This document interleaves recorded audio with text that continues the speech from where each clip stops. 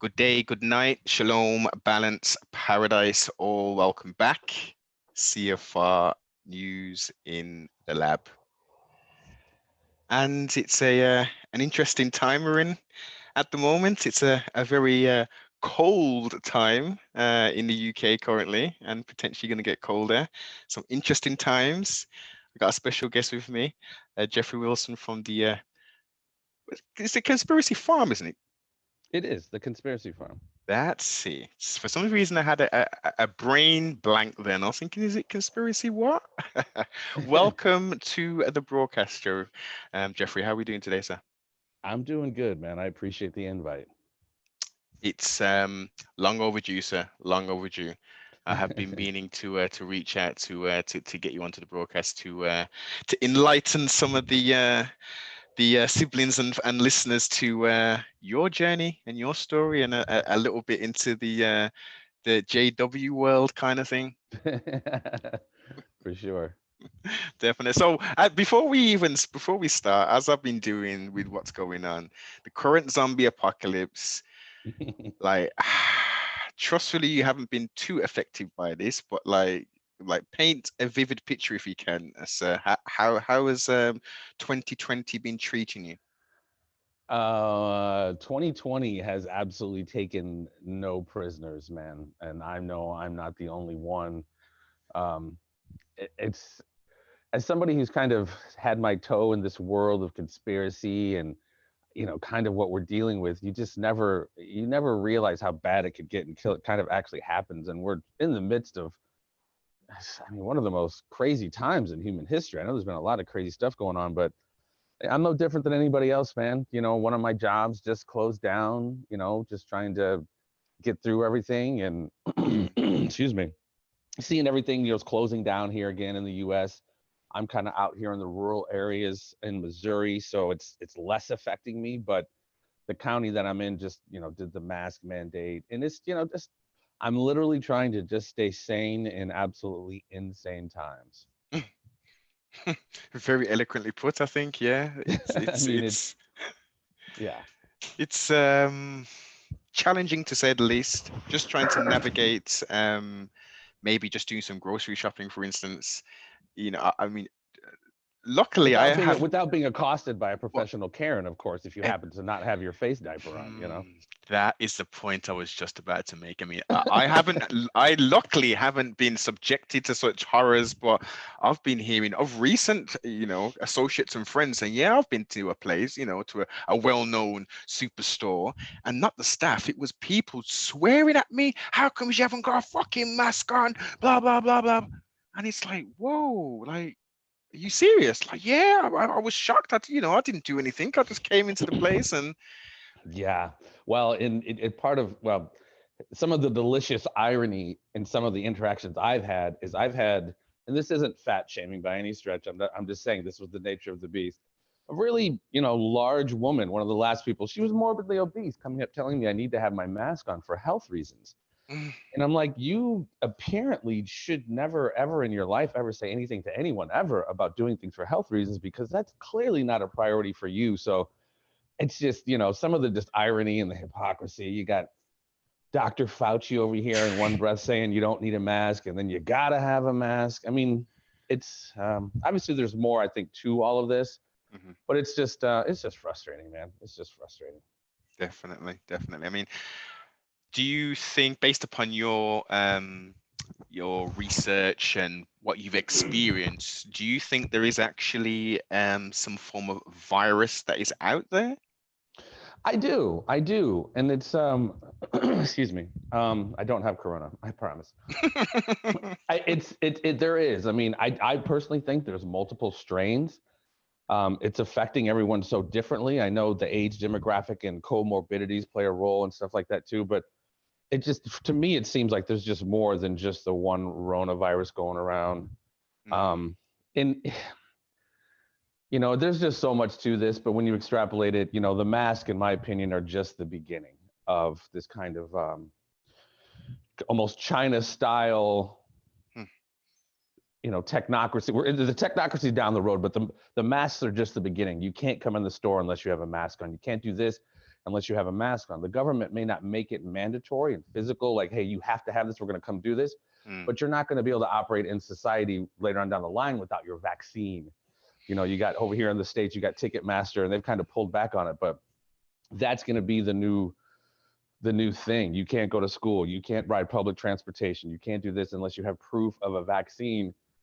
And this is all, in my opinion, lending itself to the larger Great Reset, Mhm. as Klaus Schwab from the World Economic Forum has called it. This is this is just the beginning of something that has been planned out for a very, very long time, and I call it basically a eugenics-based, technocratic, transhumanist, authoritarian agenda. I know that's a mouthful, but It's that's yeah. it encapsulates the whole of what we've been privy to. If you've um, done the research, i.e., looked at some of these papers that these committees are writing and are publishing freely, so you can look at the some of these agendas that are being put forth. You can read some of the books that they've written and authored. Yes. Um, and then we can even dumb it down a little bit, and we can look at the entertainment that's being brought forth in respect to movies and sitcoms and stuff. And the predictive programming is rife, Yeah. totally Well, and that's, rife. yeah, when, the whole, excuse me, Pfizer having, we all know, not all of us, but we all kind of have realized that vaccines take years to make. And here they had something pumped out in less than a year, 8 or 9 months. Clearly, there was some pre-knowledge of this event. And when people just say, oh, this happened out of the blue, no. The World Economic Forum, Johns Hopkins, Bill and Melinda Gates Foundation did what they call Event 201, Hmm. which was basically the war game of all of this. And of course, at the same time on Netflix, there was a docu-series called Surviving the Pandemic, done by Bill Gates, and his TED Talks talking about this. So, I mean, this was definitely not something that just came out of nowhere. But Jeffrey, you can't say these things. You can't say these things because what you've got to take into consideration, number one, that we're not doctors. Remember, we don't have those stethoscopes and those white gowns on. We don't have those possession of those costumes. Number one, and number two, Right. the the whole world. The whole world of doctors and scientists, they've all got together on this. Oh, yeah. This wasn't just like biotech or Mertech and Pfizer, etc. This was the whole world, Jeffrey, and the whole world Yes. said, you know what, this is so serious. With cancer's not, that cancer's it's kind of serious, but not that serious. AIDS is kind of serious, but it's not that serious. Not nearly as serious as a virus that if you get, you're 99 point whatever percent Mm, going to survive. And if people want to, I don't know how it is over there, but in the United States, one of the leading causes of death over almost all illnesses is people under the care of those guys with the stethoscopes and the white coat, taking the prescription that's been given to them, or whatever it is. Dying under doctor's care is one of the leading causes of death here in the United States. So, and that's the other thing. We're all pretty, not slaves to authority, but kind of are. We're all kind of raised to respect our elders, respect people in certain positions. And they've weaponized that against us pretty much. Now it's like the doctors are completely infallible. What do you want to do? Kill grandma, kill grandpa, etc. And, the social engineers, they're masters at trauma-based, um, whatever the term is, kind of trauma-based mind control. engineer of sorts, right? After 9/11, that was like a wicked, horrible day that we all witnessed on live TV. So we were willing to give up any rights whatsoever. Just don't make that happen again. And so here we are again, a public health threat, an invisible enemy, almost like terrorism. We gave up all these rights for this invisible enemy. And here we are 20 years later, giving up more rights for this invisible enemy with no end in sight. And of course, that's by design. But again, it sucks, man, because you have so many people who I think are genuinely well-intended, but the word is ignorance, right? Yes. Ignorance means being uninformed. Through that lack of information and lack of critical thinking, they're just willing to accept whatever narrative is given to them by these people in authority, because of course they've never lied to us before. And so that is like a big linchpin in how this is allowed to play out. People's acquiescence Hmm. is what's allowing to this to proliferate so much.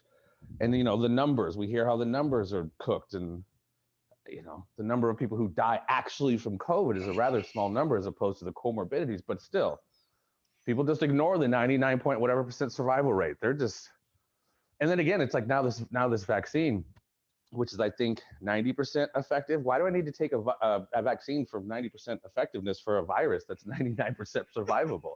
I'm good. And it sucks. And I'm not saying this isn't real and people aren't being affected by it, because they are. Mm-hmm. And condolences for anybody's family who's had to deal with this. But unfortunately now the cure has become worse than the disease. Well, it's over in the brains of the beast where I am currently. They are touting numbers of 95% rather than the 90%. And they're saying that it's going to help everybody, basically. And it has to be stored under a temperature of 70 minus 70 degrees, and it can't be moved and transported more than 4 times. They plan on vaccinating the whole of frontline workers, i.e., like nurses, etc. So they're going to be the Yes. first ones to get it, and then they're going to go move down the vulnerability, so the elderly people. So Yes. the numbers of vaccines that they have isn't going to cover, number one, the first line of defense, the frontline workers. Number two, we know this is a two-shot kind of thing, isn't it? And Yes. it's not done consecutively. It's done within after 28 days. I'm hearing this fluctuated numbers. I've heard initially it was up to 28 days that within that period, and now I'm hearing after 28 days you would go back for your second injection. Isn't that zombie movie, 28 Days or Yes. 28 Days or something? Yeah, interesting. That 28 days. But then again, so this week, they're actually injecting people with this now in Birmingham, UK. They're actually Unbelievable. injecting people. They've set up today. There's been some mass reports and marketing. That's the best way to put it, in regards to test centers that have been set up that are going to be open 7 days a week. And these test centers, surprisingly, they're for people who aren't showing any symptoms, who aren't ill, but just want to get tested. Well, yeah, so we can keep those numbers of cases up. The cases, oh my God, the cases, Mm. regardless of the fact that 99% are going to survive, the cases. That's the other thing, like the inversion of reality to some degree. It's like, how, I mean, I don't know. I mean, I guess we're all prepared to just live in this riskless society, where we're all going to die of something, right? I mean, Yes. and again, this is not something Ebola or you're bleeding out of your eyes or anything like that. It's like this, you have more of a chance of getting in an car accident when you hop in your car and drive, or any number of things, right? I mean, people have shown the numbers of how many people die from this or that over the years, and they don't shut down a country or a planet. Economic or the middle class and economies across the world aren't collapsing off of tuberculosis deaths or influenza deaths, but for some reason, this one is, we got to shut it all down for the old Rona. It's baffling. It's baffling, really, because as you've said that, I mean, do you remember growing up in the 80s and stuff, and when AIDS and HIV first came out, that was Oh yeah, frightening based upon what the media was saying, and you yeah, can't drink from the same glass, and sitting down on toilet seats and all kind of stuff, and they made a little industry about this stuff, and you'd think, based upon what the evil of what that was and how that was promoted, that they would be throwing everything into, let's stop the world for that. But yeah. it just doesn't add up, and the people, it's like, It well, doesn't. should we question this? Oh, no, no, no. No, you can't question anything. Well, and again, there's that like mass Stockholm syndrome. We've been lied to so many times by, governments throughout the world, your government, our government. And the weird thing over here with this thing called the National Defense Authorization Act, I mean, they've been propagandizing us for years, right? But it's been illegal. Now it's actually legal for the US government to propagandize its citizens. So it's like any news outlet, anything you see, it's like they could just be saying anything. and like I said, people's kind of slave to authority and lack of critical thinking. They just take it and just eat it up.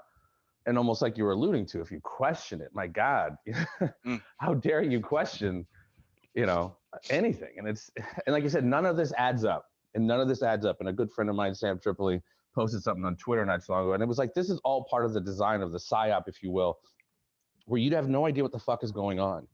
Mm. You don't know which way you're going. Up is down, down is up, and it's like a mass MK Ultra, if you will, job that they're doing on everyone to kind of hypnotize us into this state of complete acquiescence Well, you. based off fear. I mean, the fear-based trauma it's Mm. crazy, and it's working. And it's Well, it working. is. Well, it is. Think about it. Let's rewind back time back to when March, and then we had the UK locked. I can't even remember when it was. I think it was like a very early March.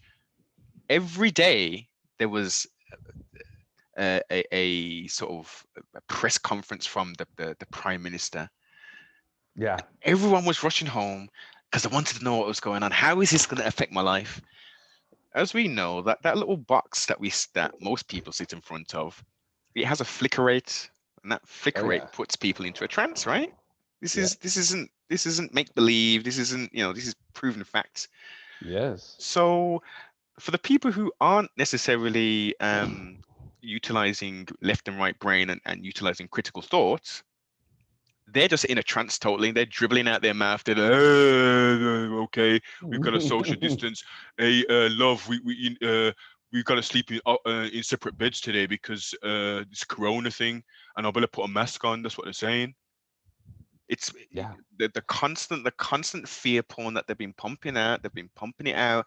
People have been glued to the television, to the television, because they want to know, how is this going to affect my life? How can I move forward? Is it, will I have a job left? What's going on with the economy?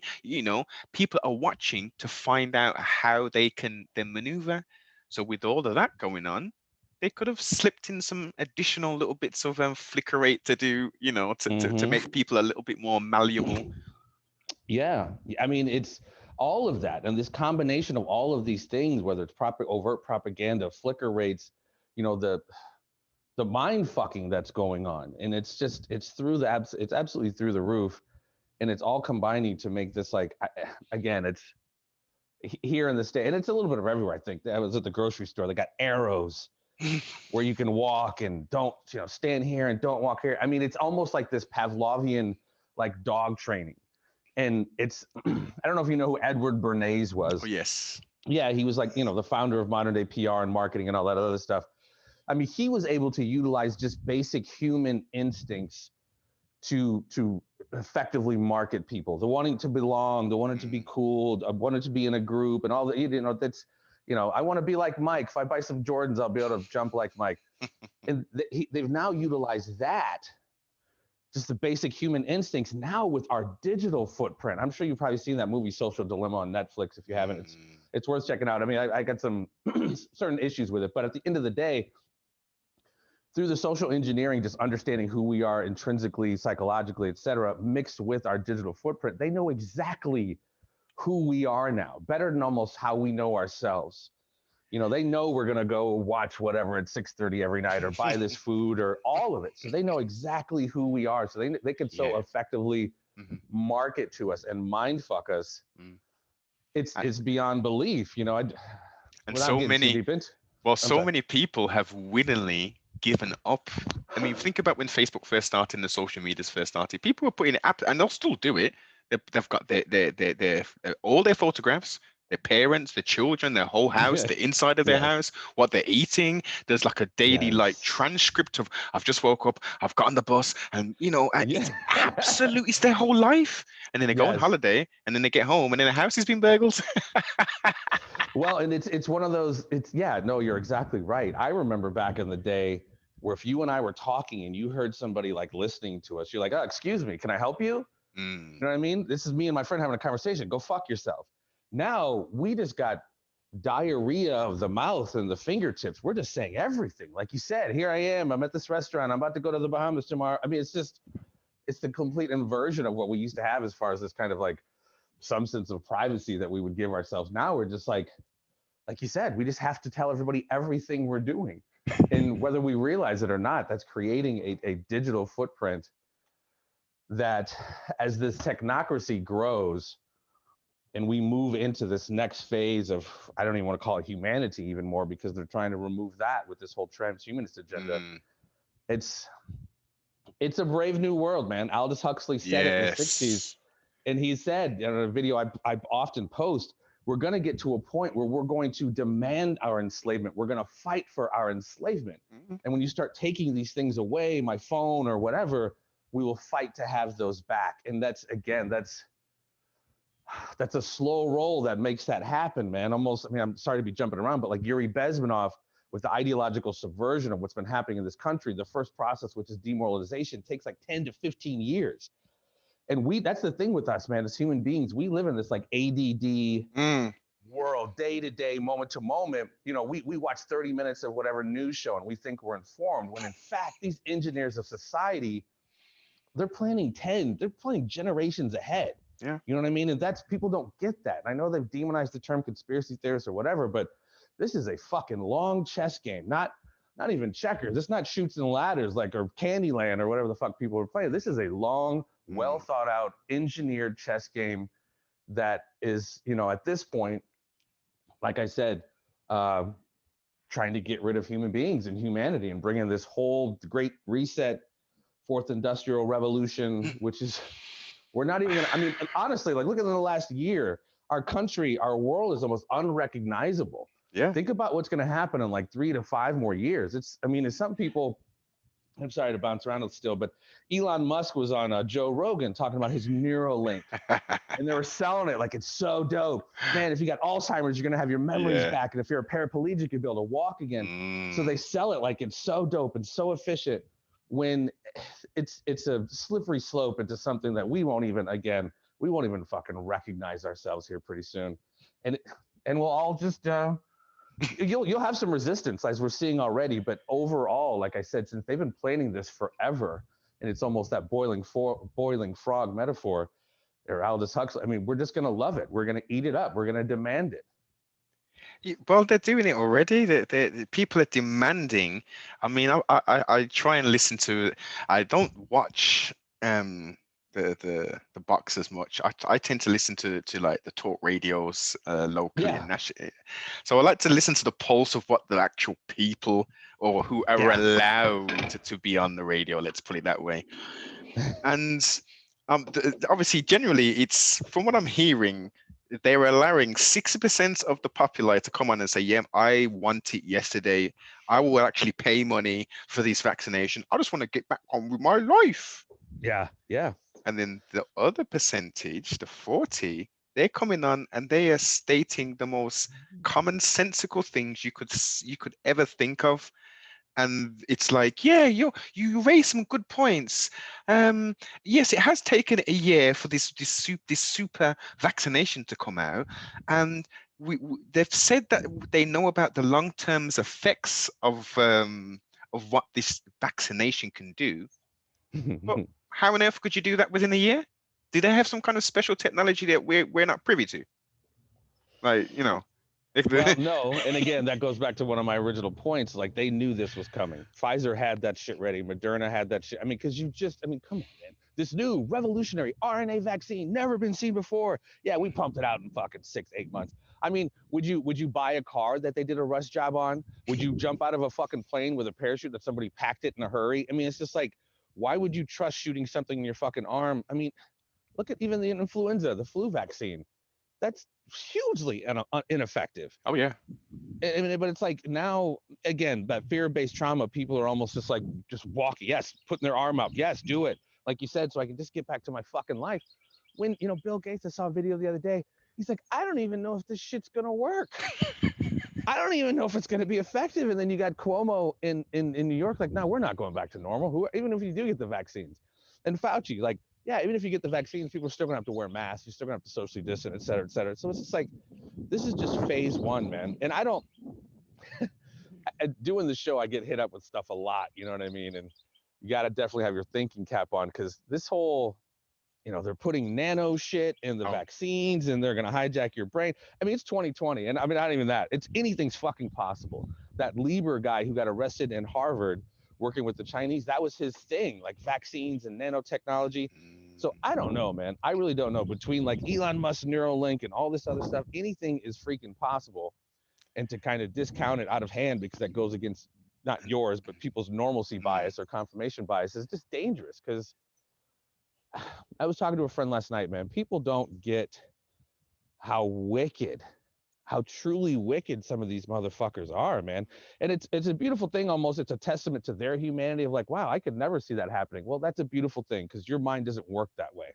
Yeah. And that's not a bad thing, but some people's mind does. And it's But you hit a key point there. It's for most sensible people who may have a little bit of wickedness in them, but as far as doing the level of debauchery and depravity which they've unleashed upon the world, most people, it's like, why on earth would we do that? Like, yeah, no. Why? yeah, No, we're not going to do anything like that. No, we may kill a couple criminals or something like that, but no, we're not going to do anything that's going to affect the whole world and depopulate. yeah. Even though they've been talking about it forever, but that's the thing with me, man. As a kid, you know, I started down this whole whatever, just questioning things as a kid, 15, 16 years old. I remember one night watching this documentary on the JFK assassination. So that just sent me down a huge rabbit hole for years. That's where it really started for me. But once it really resonated with me that, fuck, dude, these guys publicly executed our president sitting next to his wife, Yeah. blew his head off in broad fucking daylight, and then fed us this nonsense about this guy who supposedly did it with this shitty rifle. And so me as a kid, I was like, that really made me start questioning everything. Like if they could do that to him as our president and lie about it, anything's on the table. Anything is on the table. So that's where my I don't even know. My barometer was just like question every fucking thing, man. Because this is, but again, as a kid, I mean, I don't know why that resonated with me as a kid, but as grown adults, people, like I was saying earlier, they've been lied to over and over and over again, but they're still willing to listen and believe what people are telling them. And again, I think this a lot has to do with, like I said, our being raised to respect doctors. Hey, they got white coats on, and authority. You know what I mean? Any authority figure, we're just kind of supposed to accept that. Which again, it's please just still do that, but also have some level of critical thinking and respect yourself enough to like, yeah, I'm questioning what you're saying. There's nothing wrong with that. I don't know if you have any kids, but I got to, whatever. I got kids, and my older one's 23 now, but back in the day, it's like, hey, I'm going to stay at such and such's house. Is her parents there? Like, just question shit. I mean, that's maybe a horrible metaphor or analogy, but people just didn't apologize for questioning shit. Not at all. Again, it's your right. It's your right. If you're not certain, if you're unsure, if you just want reassurance, everybody should be entitled to ask that question. And you, as someone asking the question, shouldn't be demonized. You shouldn't be shunned. You shouldn't be made to feel like an outcast. Well, people were more apt to go get a fucking second opinion on whether their brakes are out or their exhaust is out, and they're going to pay $600. They'll get a second opinion there, but when a second opinion on things we're talking about, oftentimes, and I'm not saying everyone, because I know there's a lot of critical thinkers out there, but a lot of people who just accept these narratives, and the notion of questioning it is just what are you, an Alex Jones or whatever that term, you know what I mean? And that's what we set out to do with the Conspiracy Farm. In our first episode, I'm like, if you don't see that conspiracies are everywhere, yeah, not all of them are real, but it's just like, if from the Gulf of Tonkin that got us into the Vietnam War and 58,000 Americans plus died and millions of Vietnamese, that was all based off a fucking lie. And you could just go through time and time and time again where we've just been lied to and conspiracies are real. So Operation Northwoods, name it. Fucking every war in the 20th century, from the Spanish American War, World War I, World War II, Persian Gulf War, Iraqi freedom, war in Syria, it's all been based off bullshit and lies. And it's easily provable. So what we tried to set out to do is kind of redefine that term conspiracy, because, starting, I think, with the Kennedy assassination, they started demonizing people who question that event. And it's, transcended and cascaded into where we are now. We're saying, if you question. Wasn't that where that came into the lexicon, where the FBI came in and said, utilize that word if anybody questions this assassination? Yeah. And Yeah, absolutely. And it's unfortunate. I mean, you're not going to save everybody. Not everybody's going to get it. But to me, it just seems like so much of this shit is just so overt and blatant. And it's, You know what it is? You know what it is? They live. We found that yeah, no, that little absolutely. box. We found the box Yes. and we got them shades on, man, and we can Well, and or see. the Matrix, dude. The Matrix. The Matrix is a fucking documentary. That's not a fucking motion picture. They've inverted reality on top of. They've created a false reality on top of reality, and like you were saying, most people just want to, like Cyrus, I think his name was. He just wants to taste that steak. Oh my! I know the steak isn't real, but it tastes great, and this is my life. Most people, and again, that's why I have such issue with quote unquote patriots here in this country. They're all out in the woods, fucking Second Amendment and guns, and if they come and try to take it, blah blah blah blah, the Constitution. I'm like, well, listen, fucking chief, they've been using the Constitution for toilet paper for fucking decades, if Yeah, not longer. Like I was saying, the beginning of the Spanish-American War started with the sinking of the Maine. That was horseshit. We knew it yeah. was the long list, but it's almost a symbolic. The Boston That's Tea what we deal Party. with. Yeah, yeah. I mean, everyone's so extremely tribalistic and playing their role, like LARPing and shit. Not to get too deep into humanity, but we all need some kind of organizing narrative, whether it's politics or religion, and we just run with it sometimes, just blindly not even question it because we're so busy playing the role. When I talk about patriots here on our show and on the show, it's just like, and I'm not advocating violence. I'm just asking people to put their money where their mouth is necessary. And again, I don't mean go shoot shit up, but if you're waiting for a tyranny, like I just said, 55 fucking years ago, plus they blew our president's head off in broad fucking daylight. You know what I mean? It's like the die has been cast. We know we've been lied to. Tyranny is here and it's been here. So instead of going around just like cosplaying of sorts, patriots, again, I'm not saying this to advocate violence, but put your money fucking where your mouth is. Let's hold these fucking people to task. Accountable. Have them be accountable. Mm. Absolutely. And that's the thing we talk about all the time. There's just none. And even what's going on with this vote count and the fraud and election fraud, I think this is all still part of the psyop. I think Trump is just as fucking deep into this shit as everybody else. And they're drawing this out, creating, you get people into More groups and you division. play those groups off against each other. It's more division. Yeah. And this is just an extension. Sidney Powell, all of this shit is just an extension of that Q bullshit. No one's going to come fucking save you. Trump's not going to save you. Q's not going to save you. I don't care if Jeffrey, you're religious or not. They're not going to save you. Save your fucking self. you see that Q stuff? I mean, I personally didn't invest any time into that at all. I did a very rudimentary search just to see, if I could get into it because I heard loads of the QAnon, oh yeah, this and Yeah. that, and all of these different theories, and I thought, what's the purpose? Like, look, what is this actually doing? Like, where's the fruit from the tree being bore from this QAnon character? It's the hope porn. It's the same extension. All we're seeing now, all these cases, we got cases, Dominion. I mean, of course there was fucking fraud. Of course, dumbass Joe Biden stole this shit. But it's like, again, I think I liken this whole cabal or whatever you call it, deep state. At the end of when Trump came in, it reminded me of the end of The Godfather Part 1, the baptism scene, right? Michael's having all the old gangsters taken out to bring in his gangster. They're all fucking gangsters, dude. If people think Trump is a fucking white hat, he's just a figurehead like all presidents are. But look at who made Trump. People like Wilbur Ross, Wall Street. Yeah. I mean, these are people who bailed him out to the tune of billions in the 80s, and now they're in his White House. I mean, this is all that revolving door of crony capitalism and shit like that. But this notion that he's some not lone gun, but like lone gunslinger coming in to take out and drain the fucking swamp. It's a part of a fucking psyop. It's deep hope porn, and it makes people who would normally be doing shit sit back and be like, no, just wait, dude, just wait. Q's got this shit. Oh no, hold on. Sidney Powell's got this shit. They don't have shit, dude. And this is all, even drawing this out is all a part of the psyop. Because here in the country, I think when I say civil war, it's not that symmetrical civil war, North versus South, lined up on both sides. They're pushing towards a massive civil war here in this country, which is going to take place regionally, guerrilla warfare. Yeah. I mean, it's going to go down, but it's not going to take place the way we saw it before. But all of this is what we're seeing here in the United States is part of the psyop to get people more and more entrenched in their tribe, piss people off. So when it goes fucking kinetic, it goes kinetic hard. Because we just sat here this whole fucking summer, and I know you guys saw stuff in Europe here too. just the BLM just burning Oh, shit down, dude. If I was to okay. go down the fucking street and take over my local convenience store, Yeah. I'd have fucking SWAT and frogmen all over my ass. These guys are able to take over swaths Yeah. of territory next to police stations Yeah. for days and weeks, and people being shot and murdered and raped. Yeah. You Let's just get into it, knew. Jeff. Listen, they have, and I get this question when I'm out doing my work and stuff. I have some clients, and they'll say, what do you think about all this BLM stuff?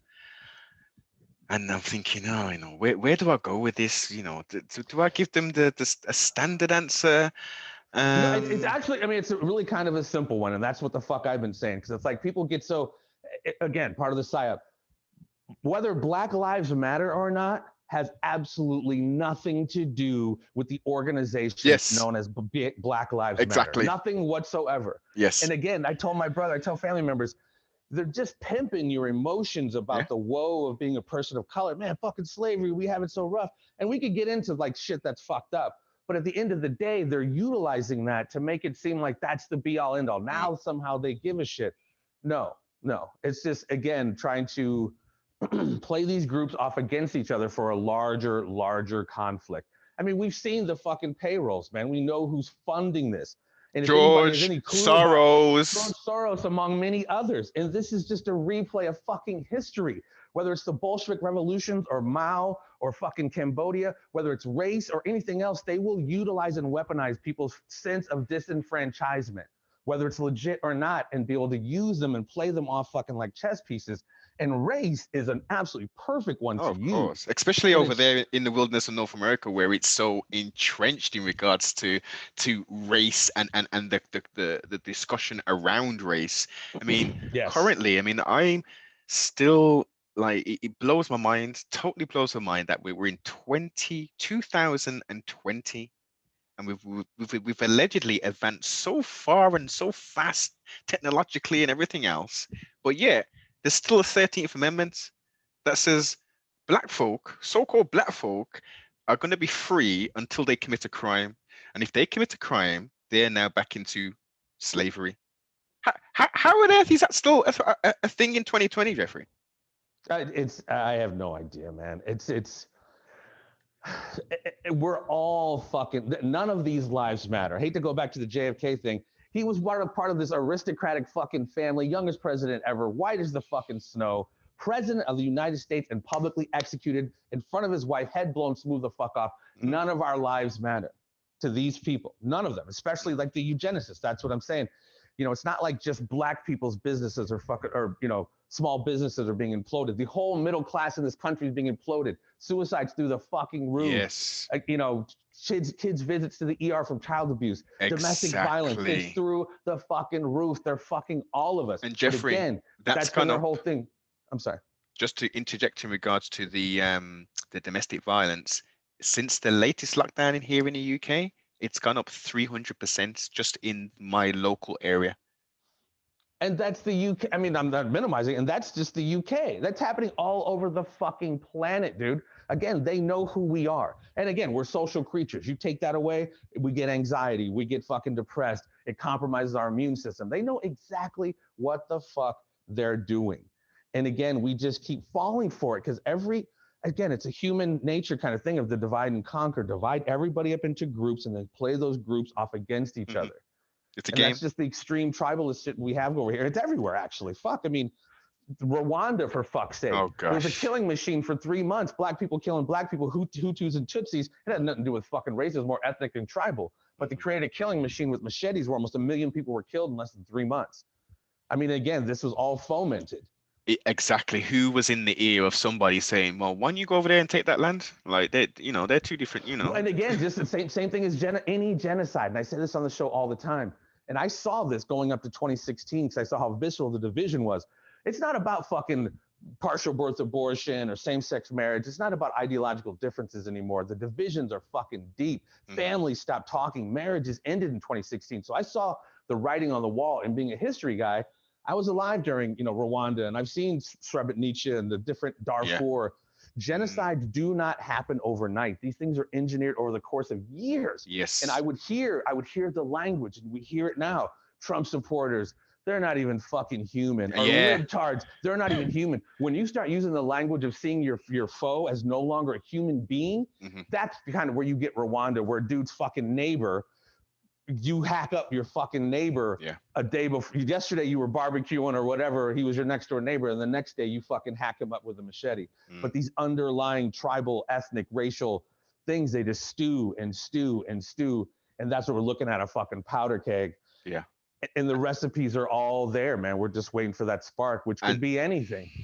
as you say, that you've got a undertone of the powers that shouldn't be, who are fomenting this, who are putting everything to stoke this up. There is nothing wrong with being tribal, with loving who you are, loving Absolutely. your ethnicity, loving your nation, your country. There's nothing wrong with having pride. There's nothing wrong with that. Nothing.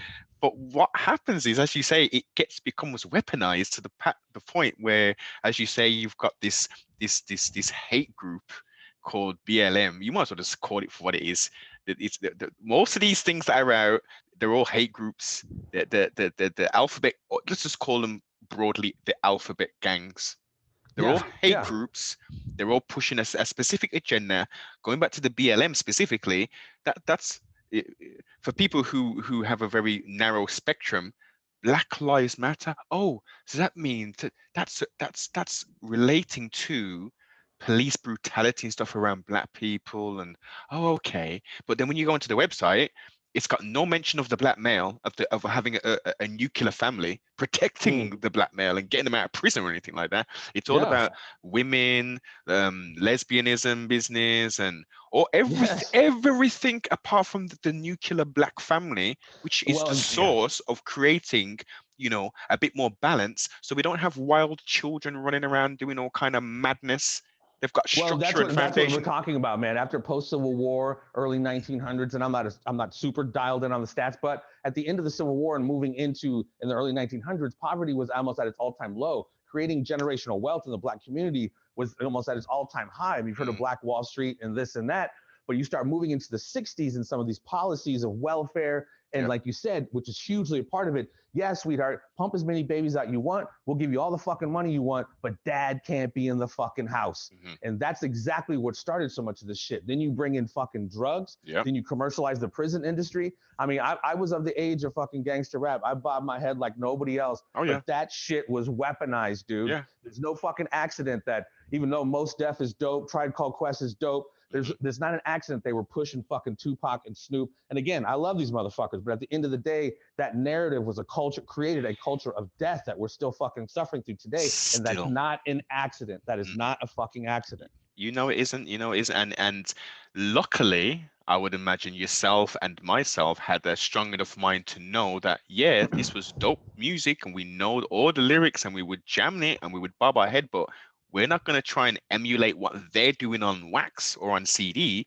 Whereas the malleable crazy, maybe the millennials onwards, will be hearing those lyrics, reciting them, and wanting to reenact them, if not do something Well, better. that's what we still saw. We still saw that in the 80s and 90s, and that was the byproduct of that family unit being fucked up. Yes, I listened to that shit. I lived in the fucking suburbs. Parents, our families still had issues and shit, but at the end of the day, people were going out and emulating it because they had no real role models to tell them not to do it. Hmm. You know what I mean? I got a fucking nephew, dude, doing double fucking life because he went out and fucking did this shit. You know what I mean? Just some dumb shit that cost him his life. And that's penitentiaries and cemeteries are full of motherfuckers who just didn't have that self-discipline. What the fuck? You stepped on my shoe? Yeah, I know. Blang, blang, blang. My life is over now. And this person's life is over because he disrespected me. That's Mm. one of the biggest fucking false snares. Oh gosh. The whole disrespect and all that other shit. I don't mean to get too deep into this, but like check Now your let's fucking do ego. it, man. Do it, man. Check your fucking ego. So someone calls you a fucking nigger. Someone says if you are that easily thrown off by somebody's words, then you are easily manipulated. And that's what I'm saying, to the point where you're willing to throw your fucking life away because somebody bumped into you, stepped into you, called you what the fuck ever. Check your fucking ego, man. Why take ownership of other people's bullshit? And that's exactly what that is. And it's not disrespect. Respect is when you fucking respect yourself enough to know I'm not going to let my life be defined by what this person just said to Indeed. me or stepping on my shoe or Yes. whatever. But If we unfortunately, that's, post-mortem, because we have so many people who are just fucking, whose lives have been ruined mhm, because of their visceral reaction to some dumb shit that if they walked away for 10 minutes, they'd be fine. agreed, agreed. I mean, if we go back to our childhood, there was a rhyme that was said, and it was said when something used to happen, and generally, look, you shouldn't be hitting person. What happens? Oh, they called me this, and blah blah blah, and then someone Sticks and stones, baby. exactly, sticks and stones will break your bones, but names will never hurt.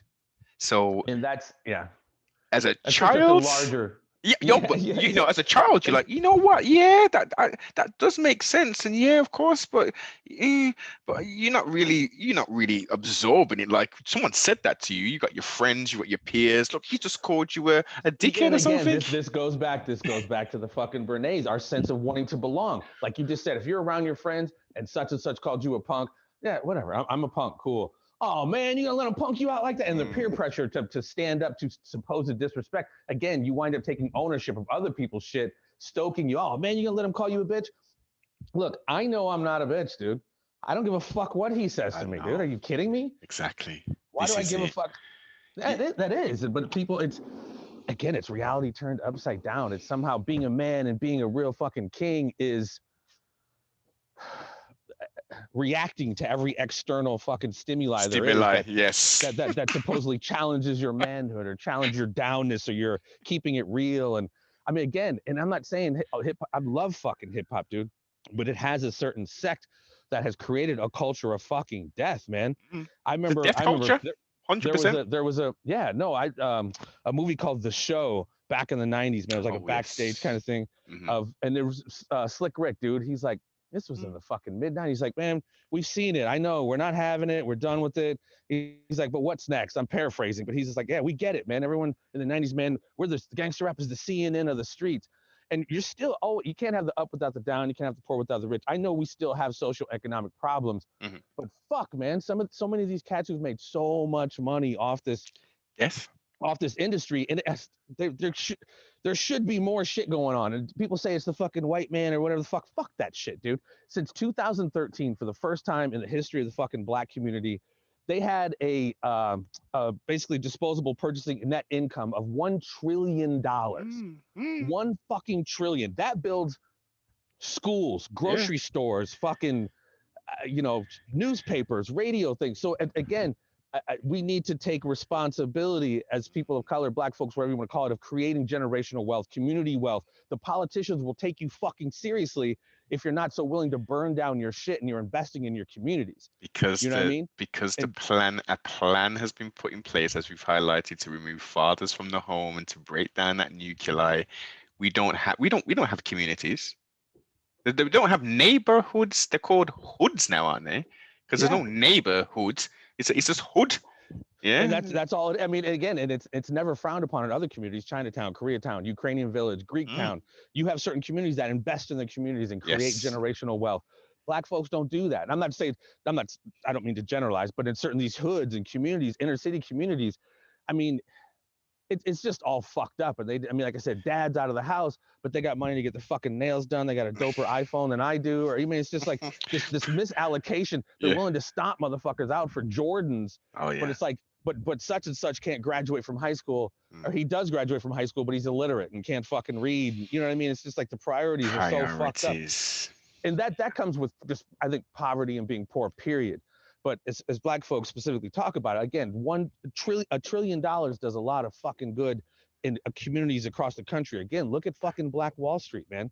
There were so many millionaires and shit like that. Even Detroit before the riots. I mean, it's fucking Detroit, possible, man. Absolutely. Charleston as well. There was North from Charleston, North North Carolina. Carolina. Yeah. Absolutely. Absolutely. Florida, Macon, Georgia, I think as well. There was a few bustling communities where there was, a lot of affluent black folk doing their thing, and again, if you look at the climate of what was going on over in America at that point, I think there was still segregation going on at that point. I take it.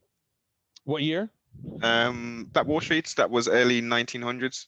Yeah, that was like 20. Oh, for sure, for Yeah. sure. So Yeah, Tulsa, Oklahoma. That was yeah, like one of the most thriving areas. Yeah. this is it. So if we look at it, and it's terrible to say this, but they were almost forced into excellence without and until they assassinated Martin Luther King, Rise in Paradise, and who was fighting for not human rights but yet civil rights. Right. And then we could then drink from the same fountains and all that kind of stuff. That's where we started to see the decline. It was psychologically in black people's head. Why? What I want more now. I want what the white folk. I want to shop where the white folks are Yeah. buying their things. Yes. I want to Yes. eat at the nice, where they go and eat now. I've always been eating with my people, and I will maybe continue to do that occasionally. But my chest is high now. I want Yeah. to Well, eat and with it's the again, elites. and it's I don't know how to say this, but it becomes you want to take on the adornments. You don't feel equal enough or good enough Mhm, unless you're rolling with your oppressors, quote unquote. That's why, and I don't mean to get too much flack from this from my Mexican brothers and sisters, but we know what happened with the Spanish Inquisition. You had native peoples, the Aztecs and things like that. When the Spanish came in with Catholicism, they fucking decimated the countries for hundreds of years. Now you look at so many people like Catholicism is the religion of the day. Everyone's got Virgin Marys tattooed all over them. It creates this kind of subtle unconscious inferiority complex, like you said. No, I know we're making millions in our hood, but I'm really not doing it big unless I'm able to go hang with fucking eat and drink with white folks. I mean, which again, you want to be able to do that. But for me, if I was thinking that way, it's like, look, I'm fucking good. I'm over here stacking millions. My community is thriving. yeah. I would like to be able to go into town and fucking have dinner at such and such restaurant. And, obviously, that was allowed to happen. But like you said, integration came at the cost of real self-sufficiency and generational wealth creation. Like we Mhm, said, to the Carolinas, Atlanta, Tulsa. yeah. Yeah. It's a terrible thing to say, but when we look at it subjectively, I mean, it's a good thing. I mean, I don't, and you've got a lot white nationalists, I guess, and they talk about separation and stuff. And what's that guy's name? There's a really eloquent one. He's got an irritating voice. Not David Which Duke. one? There's David Duke. He's a quite eloquent, I would say, in regards to and some of his views are quite strange and stuff. But I get what some of these because you would call him an extremist, right?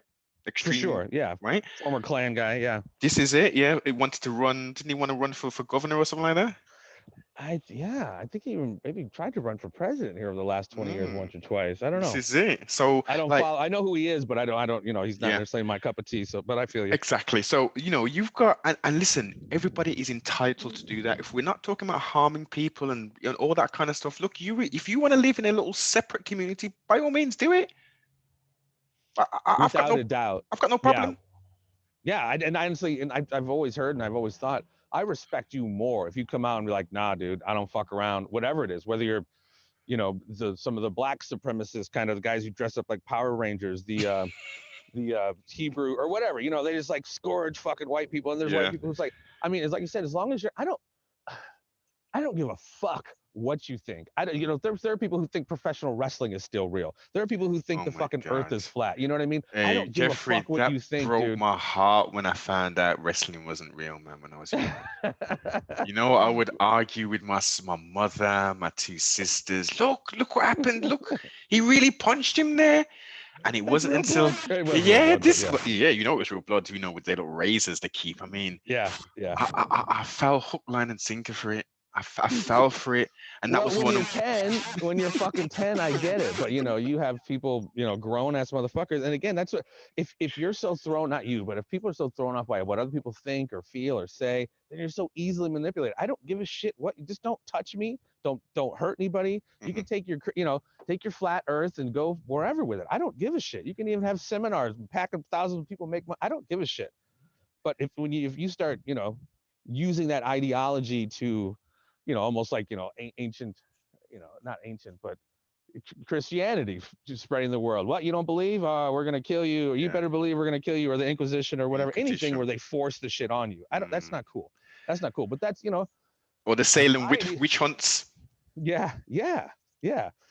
But that's the thing. Variety is the spice of life, man. And I've had so many conversations with people I don't fucking agree with. But at the Mhm, end of the day, man, we all, to quote JFK, we all breathe the same air. We all cherish our children's futures, and we're all mortal. Once we have these conversations, we might disagree on certain aspects of it. Yeah. But at the end of the day, we have way more in common than we do different. We just have different ways that we see the fucking world. And God, Heartstopper, that's okay. I know. People need to be able to see the world different than you and articulate that to you without you fucking going off and, again, taking ownership of their life, how they see the world. Who gives a fuck? You know, I think it is. It's as you touched on very early in the conversation, ego. People don't understand how powerful the ego is. They don't recognize it. They don't understand it. And also with the outside of the ego, we've got an auto-programmed character. So we operate a lot of the times on autopilot. A lot of the things we say, a lot of the things we do, it's repeated, repetitive. It's just like when you get in the car from work and you drive home, that's all autopilot.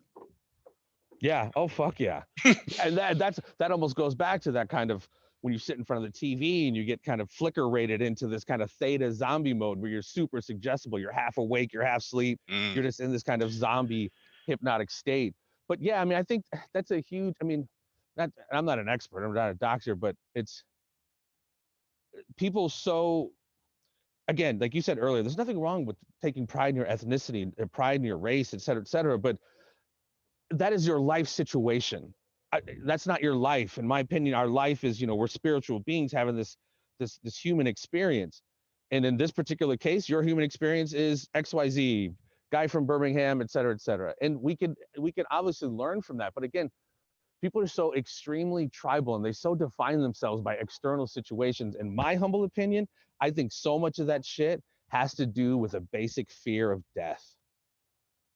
Because we all want to control our external circumstances. Oh, yeah. And when we can't, it freaks us out. And what's the biggest external circumstances that we'll never be able to control is the fact that we're all going to fucking die.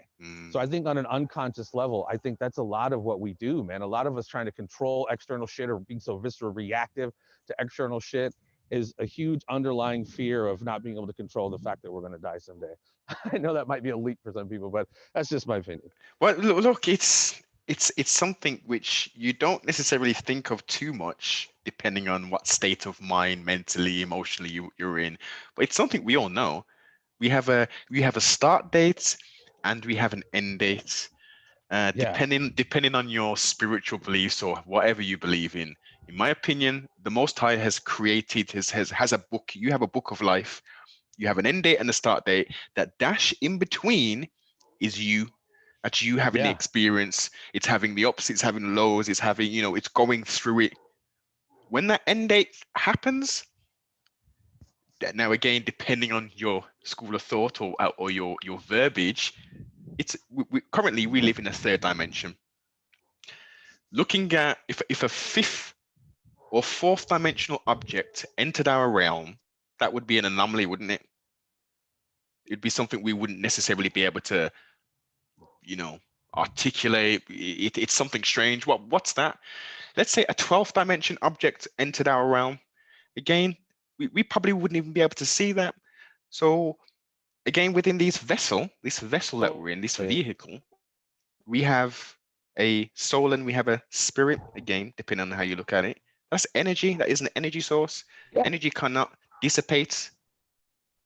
So this three-dimensional... Repeat that again, sorry? You can't destroy it.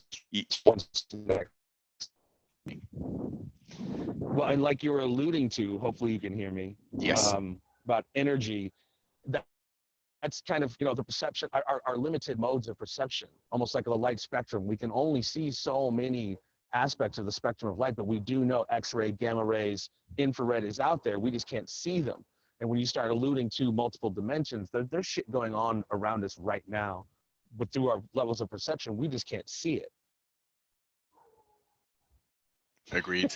I totally agree. Like chop it up again. No, you came through perfect, and I totally agree with that. That's that is the easiest way to describe it, and to explain. Obviously, we haven't been to other dimensions yet, but clearly there is something outside of the physical realm.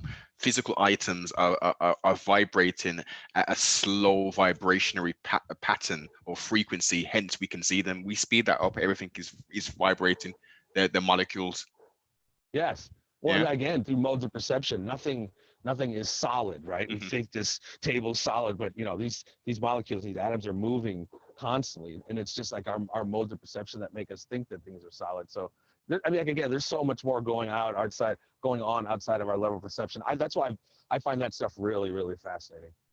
Definitely, definitely. I mean, I love the three-dimensional realm. I love this life, but I can't wait to get to the other destination.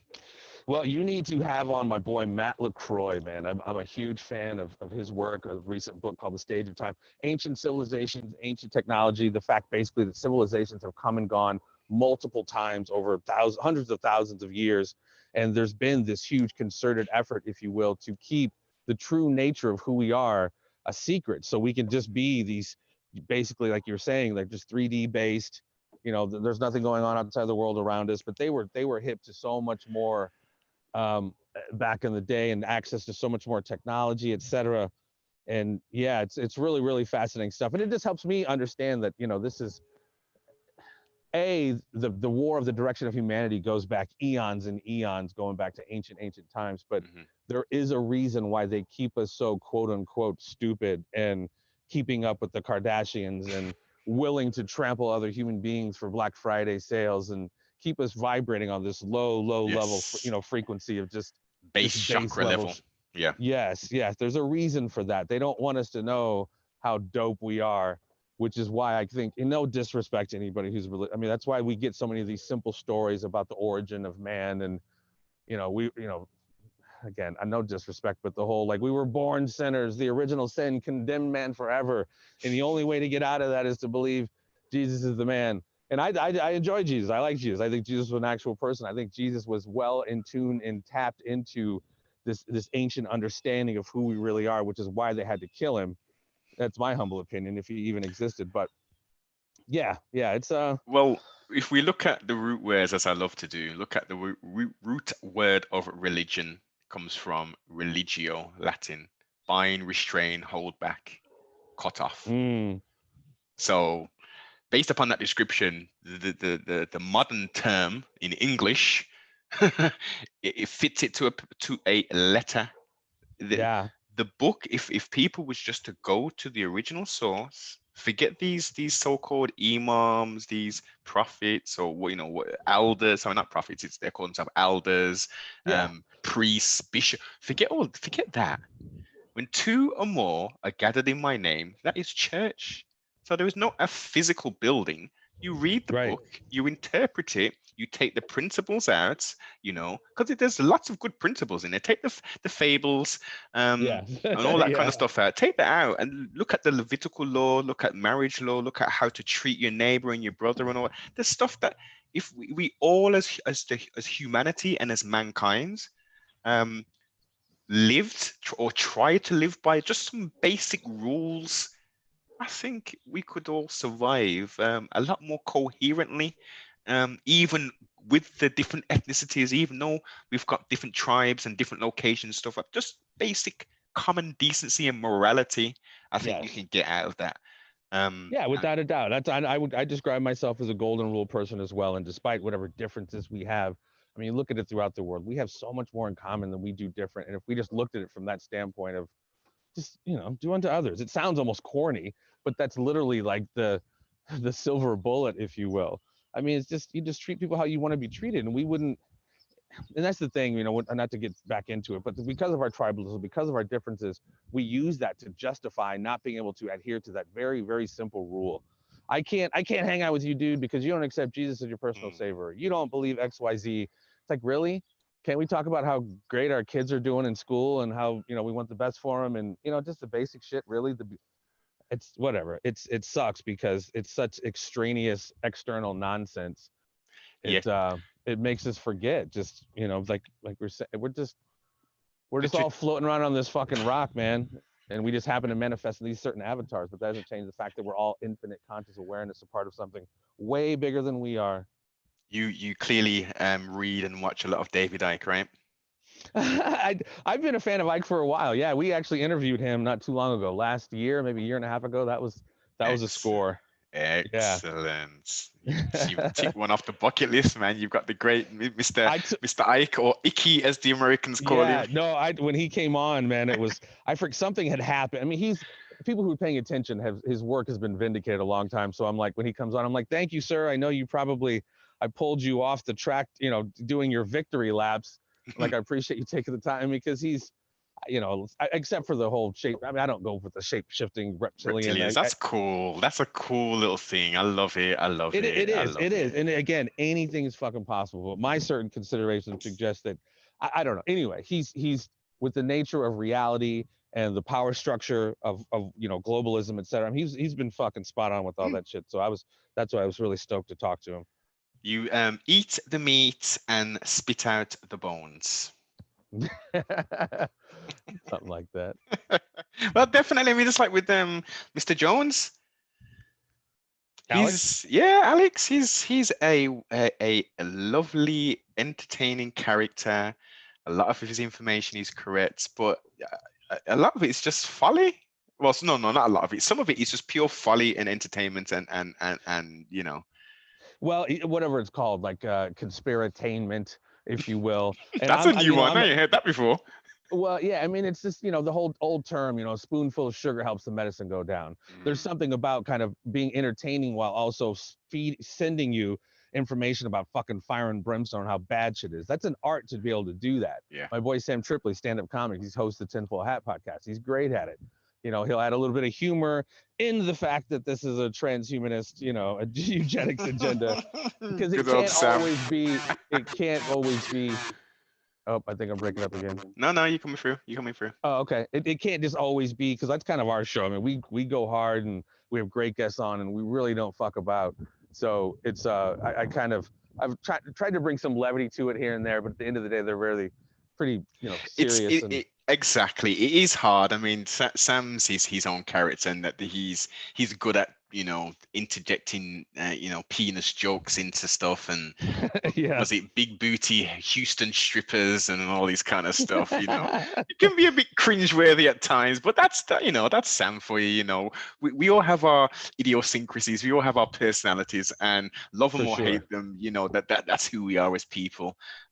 Trustfully, when we do step out of boundaries or out of line, we have a good support circle around us to say, whoa, you might want to slow down a little bit on that talk a bit. Yeah, I opened up for him this weekend. He was here in St. Louis. Oh, yes, I remember him saying. Yeah, he's at the Helium Comedy Club, so I did a couple nights with him. It was fun. I'm not a stand-up comic, but I like that world, man. I like public speaking, I like talking, but the pressure to try to be funny is a little nerve-wracking, but it's fun, man. We had a good time. How did it go? How long was you up for? I only did about 10 minutes, 5-10 minutes, between 5 and 10. Yeah, I was just kind of the guest spot guy to bring him up. Warm the crowd up. Yeah, well, we had our MC doing that, but he just, I mean, he's just is like, hey man, you want to do 5-10 minutes? Just because I've talked to him about doing it before. I mean, he's just really supportive like that. You know what I mean? He's very generous, obviously, with his time, stage time, and so it was just cool, man. I love Sam. He's a great guy. Yeah, he's entertaining, man. Definitely, Mr. Tripoli, and Tim as well. Tim's entertaining as well, but I tend not to watch a lot of his podcasts. Tim Pool? Is that what you're talking about? No, Tim Dillon. Oh, Tim Dillon. Okay. Yeah, I like when he just. I think he's a funny guy, but I like when he just sticks to the information and just fires all the because he's got a mind full of all of these dates and information and stuff, like the Nazis and all this kind of stuff. I like when he just fires that stuff off. Yeah, I mean, he's had a great year, man. He's I just started kind of following him not too long ago, and he's been on with Alex Jones and him, and yeah, he's funny. He's super funny. Definitely. That's why it's so sad, man. Talking to my boy Sam and all those guys who did, basically made their living off stand up because of this COVID shit. It's like, it's so disruptive their life. I mean, like many people, it's disrupted their ability to make a living because comedy places are closed. Like when the one we did this weekend, there was you couldn't there was no food available, no booze available. It's just like, who wants to come out to a dry comedy club? What? Yeah, yeah. Wait, So so it's like, what's the reasoning behind not serving any food? Wouldn't that be a way of getting around the restrictions of doing that? well, I mean, everyone's sensibility on it's different, and Helium's a corporate franchise on all throughout the country, whatever. But I think they just figured that might have been increasing levels of exposure to serve food and drink. I mean, I don't know how the hell they're making money, but it's so counterintuitive. I commentate and I call combat sports here for this promotion here in the U.S. and our last event a few weeks ago. Which promotion? I was unaware of this, Jeffrey. No, that's all right. Caged Aggression MMA, man. I call it with Pat and one of his former students at the Military Fighting System, Jens Pulver. He was the first lightweight featherweight. He was the first champion of one of the weight divisions, and obviously Pat was the first welterweight. Anyway, so we had our last event a few weeks ago, and they already had restrictions of they could seat about 3,000 people. They could only bring in like 300. Whoa. And then the week of the fights, Governor Kim Reynolds basically shut it down and canceled it. But then Mike went to bat with some lawyers and stuff, so he was able to get the fight still going, still with only 300 plus people, but he couldn't serve food or drink. So good thing we have a great team together that put together a pay-per-view platform. So we were able to, actually, this was our third event. September we had one, October we had one, November was our last, and we had pay-per-view going for all of them. So we basically increased our numbers each month. So that was a way to kind of make up for the loss at the gate, but it was crazy. And that's just happening kind of. Will that be available for general consumption after a period of time, or? It's already up there. If you go to Caged Aggression MMA on YouTube, our latest, I think all of the events here this past summer, September, October, November, are up there now. Is 2 nights. So we had a Friday and Saturday night card of fights each one of those events. So September, October, November, we got a 2-night thing going, and we'll get back to it in March, God willing. And yeah, so it's fun, man. I've always wanted to do that. I've always been into MMA and combat sports and professional wrestling. I've called some of that too. So it was good, man. It was cool. The old wrestling. Oh, dude, that's my thing. On my other show, the show that started it out for me, that's how I got on Pat's radar. I mean, I've known Pat, but my show, It's Me Speaking to You. If you guys want to go check that out, we are. I set up kind of a network over on Rockfin and some of our other RSS feeds called That Podcast Network. So we got the Conspiracy Farm, another show called Everything Combat, which we've interviewed like George Foreman, MMA people. The premise of it really is because life is a fight. So anybody's gone through some shit to get to the next level. And then my show, It's Me Speaking to You. It's kind of a hashtag. It's me, SPK, and the number 2, the letter U. But I've had on Kamala, the Ugandan giant. Don't know if you know him, but he just died. Hacksaw Jim Duggan. I had on Pat. Pat was my first guest. A lot of MMA veterans and UFC veterans and WWE Hall of Famers, and it's more of the premises of a variety of guests discussing a variety of issues. Really more like you're saying, like with your show, lighthearted. Jeff, have you had Sensational Sari on? She's dead, but no, I haven't. She's nice. She died about 10 years ago. Yeah, OD'd, of course. Damn. I always thought she was hot, dude. I don't know what it was. As a child, listen, you're bringing it back, man. And that's why I brought her up, because as a little one, she was one of the best women on there, man. Oh, man. I mean, she was a good worker, too. She's a great manager. Great manager. Yeah, yeah. Good old Sensational Sherry. Damn, Rising Paradise is Sensational Sherry. I was totally unaware of that. I watched one of her interviews maybe just as lockdown started, actually. I was just looking at some wrestling interviews and stuff and stumbled across hers. It seems that sport is riddled with so much pain and suffering inside the ring, outside the ring. Talking to a friend, I was a huge, technically a mark, as a kid, you watch it for, it's real, goddammit, it's real. But then, obviously you get older, and that's why I love watching these shoot interviews. I'm a huge fan of Jim Cornette's show, The Jim Cornette Experience, and the drive-through where they just ask questions. As a kid, obviously, as an adult, you obviously know it's horseshit, but looking back and hearing the ins and outs of some of these great moments and road stories and just behind the scenes stuff where you understand the business side of it, not so much the show. Yeah, you're right, man. And it's just like the toll on these guys' bodies. And back in the day, the territories and the roads and the miles they would drive, and just like wrestling injured and doing the same thing every night for like 350 days a year. And that's something how their body breaks down. As you say, as a child, I didn't understand. I thought that these guys were like fighting, well, wrestling, and maybe like twice or three times a month. They were having like they were in Florida, Pensacola, doing an event, and then in the night they were going to another part of Florida and doing an event. Yeah, It was no, exactly. Well, yeah, that's listen to Jim Cornette. He's like, they would be in like a day show, 2 o'clock show in wherever, hop on Jim Crockett's plane, fly to, didn't even change clothes, didn't even get out of the wrestling gear, would fly to wherever and barely make the show. It's absolutely insane during the territory days how much travel these guys and just and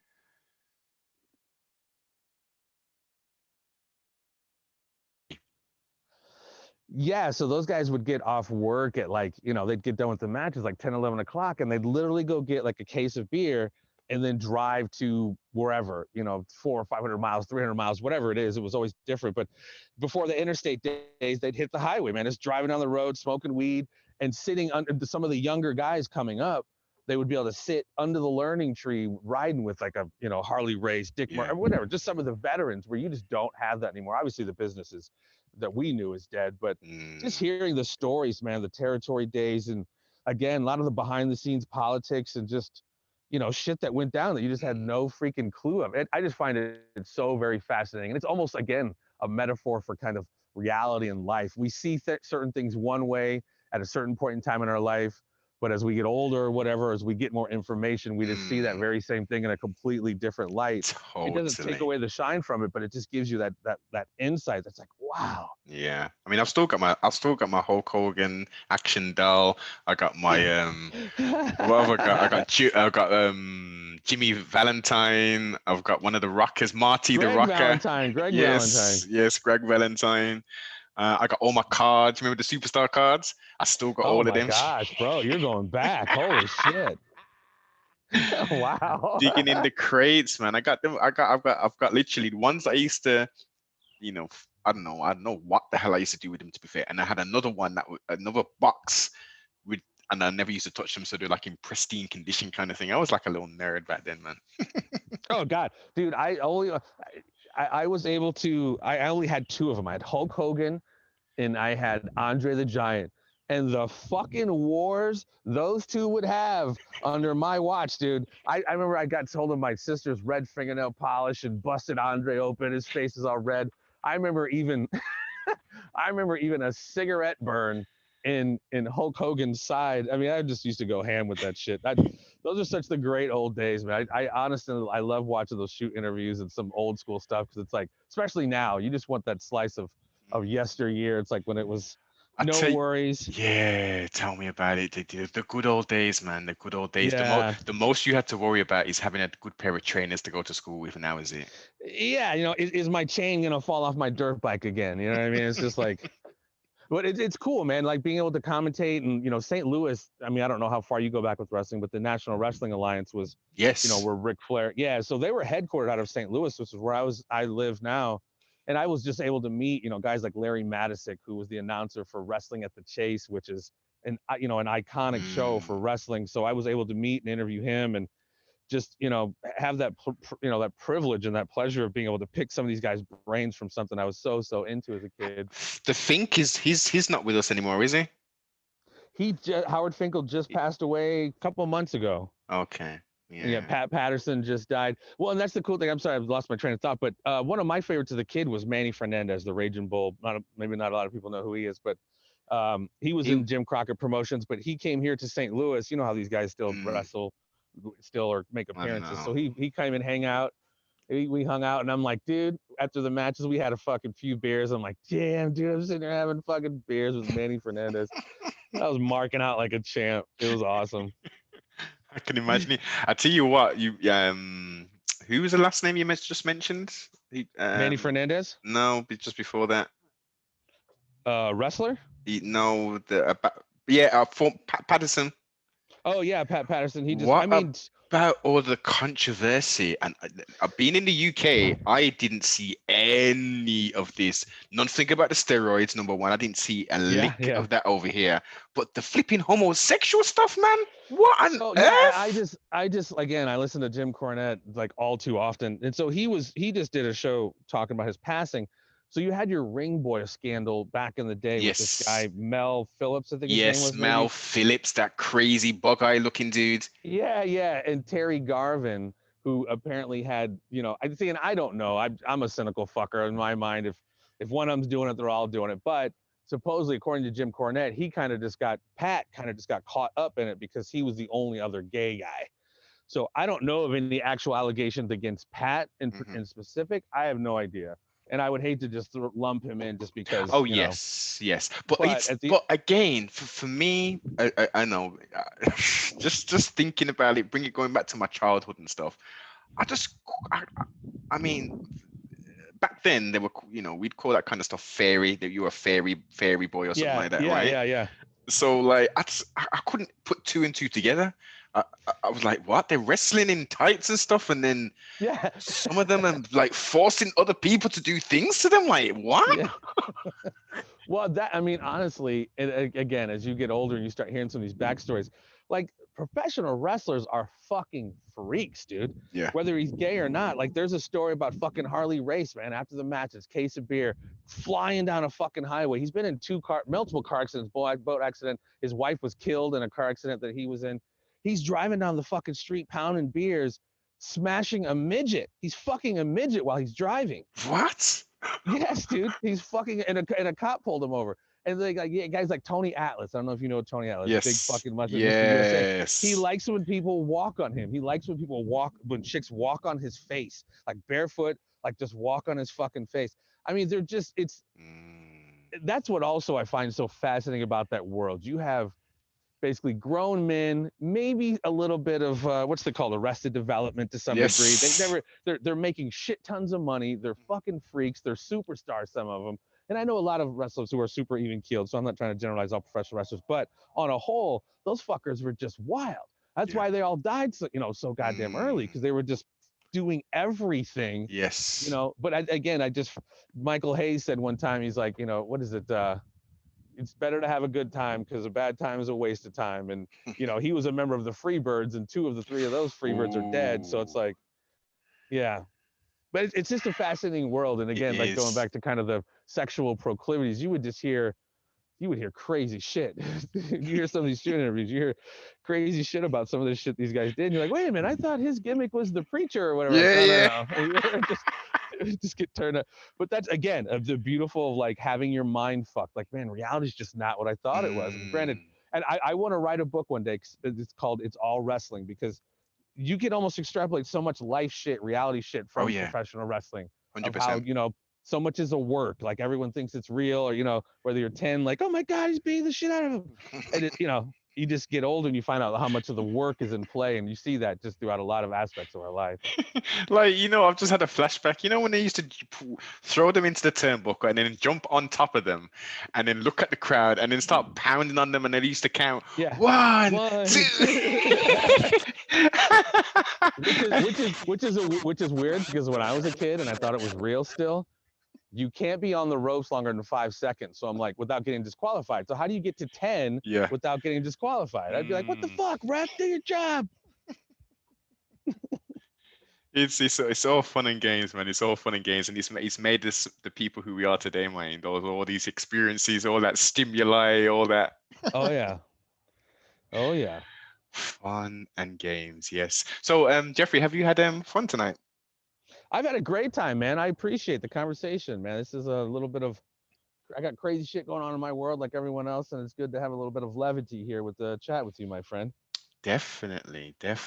I thoroughly enjoyed it, sir. One last question before we depart. We've had a pretty detailed conversation. I know your name, Jeffrey Wilson. So tell me who you are, but don't tell me your name. I'm a father, I'm a son, I'm a brother, I'm a player of the game. So game on. Short and sweet, like it. No, that's actually the little tag I have on my Facebook page. So hey, you cheated! You knew that was coming. No, I didn't. But I mean, real talk, dude. I mean, I just try to have humble pie on my plate at all times of the day. We are all works in progress. Yeah. And our shit does stink, regardless of what the fuck you think. hopefully, there's no such thing as failures or mistakes in the world, just opportunities to learn. Because again, we're all works in progress, man. So we're all trying to just do the best each day, man. Sounds corny, but that's what it is, man. Oh, definitely, For man. me, anyway. Yes, indeed. I 100% agree. Growth and development is on the cards, and that's what should Well, be on everyone's and card. that's a huge, much as they talk about the grand reset politically, financially, socially, if we don't take this time during this absolute fucking madness to utilize this, regardless of what you think about that world, if you can't look at this as some way to spiritually reset or just reset yourself, I don't know what the fuck more needs to take you to realize, like you said, we got to evolve to just be better people, man. Because, yeah.